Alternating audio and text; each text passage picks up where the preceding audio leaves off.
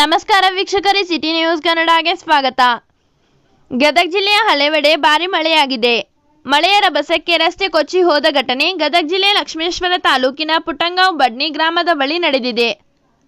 ಮುಳ್ಳಿನ ಕೊಂಪೆ, ಗಿಡ ಮರಗಳ ದಿಣ್ಣೆಗಳು ತೇಲಿ ಬಂದು ಸೇತುವೆಯ ನೀರು ಹರಿಯುವಿಕೆಯ ಸ್ಥಳಕ್ಕೆ ಸಿಲುಕಿಕೊಂಡಿದ್ದರಿಂದಾಗಿ ಸೇತುವೆಯ ಮೇಲ್ಭಾಗದಲ್ಲಿ ಹಾಗೂ ಸೇತುವೆಯ ಪಕ್ಕದಲ್ಲಿ ನೀರು ಹರಿದು ರಸ್ತೆ ಕೊಚ್ಚಿ ಹೋಗಿದೆ.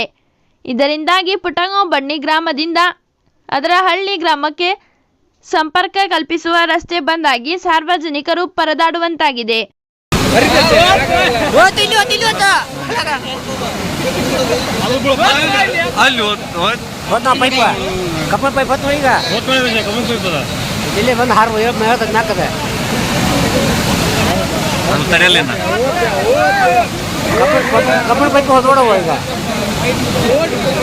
ಅಜ್ಜಾರು ಹೊಲ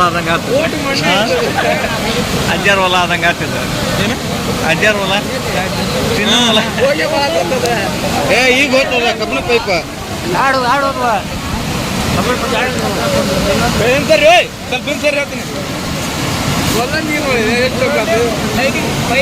ಅಲ್ಲೊಂದು ಬಂತು ನೋಡಿ ಪೈಪ್ ಕಬ್ಬಣದ ಪುಲಿ ಮ್ಯಾಗ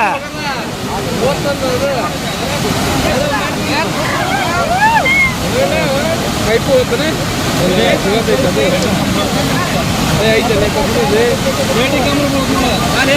ಪೈಪ್ ಹೋಗಿಲ್ ಬನ್ನಿ ಜೇಂಟ್ ಹಿಡ್ದೈತದ ಐತ್ಯಾ ಅದ ಹಿಡ್ದೈತದನ ಇಲ್ಲಿ ಬಂದು ಹೇಳ್ತೈತದ ಪೈಪ್ ಬಂದ್ರ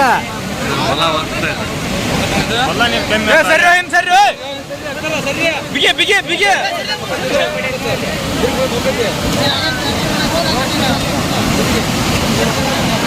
ಸ್ವಲ್ಪ ಸರ್ ಬರೀ ಬಿಡ